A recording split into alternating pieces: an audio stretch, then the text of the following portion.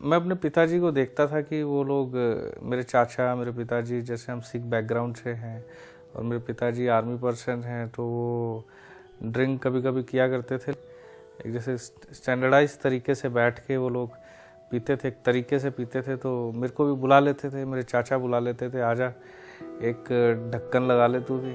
और मैं भी मौज मस्ती के चक्कर में उनके साथ बैठता। वो ज़्यादा कुछ नहीं देते थे, एक सिप लगाता था और मैं फिर हट जाता था। परमजीत को छोटी उम्र से ही शराब पीने की आदत पड़ जाती है और इसके साथ साथ वो अन्य बच्चों के साथ लड़ाई झगड़ा भी करने लगा। मैं एक बच्चे को पीट के अपने घर में लेटा हुआ था। मेरी माँ ने शिकायत कर दी, आज ये बच्चे को पीट के आया है। तो मेरे पिताजी बाहर से आए, वो उनको ऐसी शिकायतें मिलती रहती थी, तो उन्होंने उठाया मुझे और मेरे चाटा धर दिया। और जब मुझे बहुत गुस्सा आया, मैं बाहर गया, मैं ईंट उठा के लाया कि मैं आज इस आदमी को मारूंगा, इसने मुझे मारा है।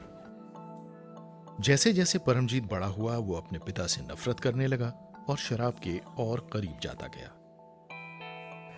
तो जैसे जैसे बड़े हुए तो अंदर इस बात का कभी डर नहीं था कि दारू नहीं पीनी चाहिए, लेकिन वो धीरे धीरे शौक में बदल गया। और जैसे जैसे हम आगे जाते गए तो फिर यार दोस्तों के साथ बैठ के पीते थे और सारी सारी रात भी घर से बाहर रहते थे।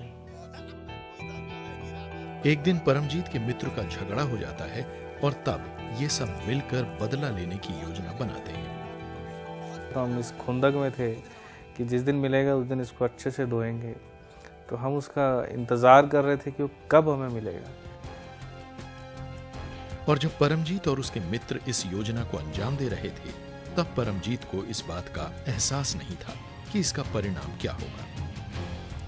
कि हमने उस पर हमला कर दिया। मेरे हाथ में बेल्ट थी, मेरे एक दोस्त के हाथ में बेस बैट था और एक के हाथ में हॉकी थी। तो हमने उसकी खूब पिटाई की और जब पिटाई की तो उसको काफ़ी चोट लगी। वो एक वकील का बेटा था और ख़ुद भी वकील था, वो खुद भी तड़ीपार था, उस पर 17 केस थे। तो जब हमने उसकी पिटाई की तो उन्होंने हमारे ऊपर एक केस डलवा दिया अटेम्प्टेड मर्डर का।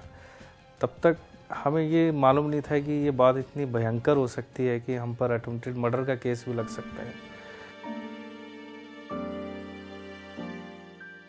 उस टाइम पहली बार ऐसा लगा कि हो सकता है इसका कोई गलत इफेक्ट हो, क्योंकि जो उसने केस डाला है वो केस बड़ा भयंकर डाला था। धारा 307 यानी कि अटेम्प्टेड मर्डर। इस घटना के बाद परमजीत के घर वाले बहुत डर जाते हैं और उसका जीवन बदलने की इच्छा से उसे घर से दूर मैंगलोर पढ़ाई के लिए भेज देते हैं। पर उनका ये प्रयास भी नाकाम साबित होता है। वही शरारतें, फिर वही चीज़ें चालू हो जाती थी। वैसे ही पीना, वैसे ही दोस्त ढूंढना, वैसे ही उनके साथ मस्ती करना। लेकिन उन मौज मस्ती में भी मैं एक चीज़ देखता था, सब कुछ करने के बावजूद भी एक अंदर एम्प्टीनेस थी, एक खालीपन सा था।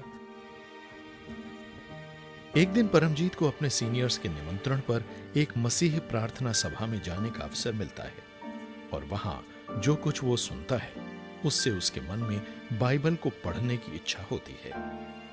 तो क्यों ना मैं इस बुक को भी मैं पढ़ के देखूं, इसमें क्या है, इनकी जो बाइबल है।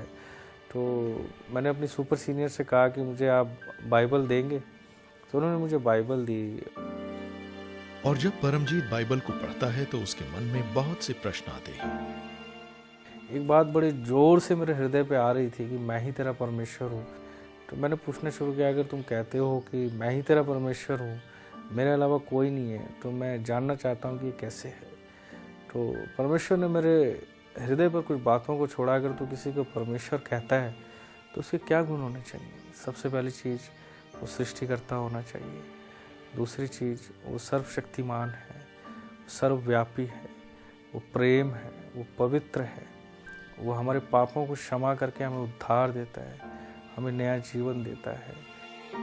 फिर कुछ अनपेक्षित होने लगा। जब मैं इस बाइबल के परमेश्वर से प्रार्थना कर रहा था तो मैं देख रहा था कि अद्भुत रीति से मेरा जीवन बदलता जा रहा था। तो मैं देखने लगा कि मेरे जीवन से जिन चीज़ों को मैं नहीं छोड़ पाता था वो हटने लगी, वो बदलने लगी। जैसे जैसे परमजीत बाइबल पढ़ता है उसे अपने जीवन में एक अद्भुत शांति और परिवर्तन का एहसास होता है। पहले मुझे अपनी शांति के लिए या अपने आप बेचैनी को दूर करने के लिए दारू की ज़रूरत होती थी और कई बार तो हम इतनी दारू पीते थे कि जहाँ पड़े हैं वहीं उल्टी कर दी, उसी के ऊपर लेट भी गए, तो होश नहीं रहता था। आज परमजीत एक हॉस्पिटल में फिजियोथेरेपिस्ट के रूप में कार्यरत हैं और वो अपने बदले हुए जीवन की गवाही देने में कभी कोई अवसर नहीं छोड़ते। उसके बाद जो मुझे मिलता है मैं उससे प्रभु के बारे में बताना शुरू कर देता। So it was so wonderful कि मैं जितना बताता उतना मैं एक चीज़ को देखता कि एक शांति और एक आनंद मेरे अंदर बढ़ जाता। और आज परमजीत अपने परिवार सहित समाज की सेवा कर रहे हैं। मैं जानता था कि मैंने 23 साल तक सब कुछ करके देखा, लेकिन ना मेरा जीवन बदला, ना ही मेरे जीवन में आनंद और शांति था। लेकिन 23 साल बाद जब मैंने प्रभु को जाना, यीशु मसीह को जाना, तो मैंने पाया कि एक सच्ची शांति और आनंद को देता है, जीवन को परिवर्तन करता है और सबसे बढ़कर प्रार्थनाओं के जवाब देता है।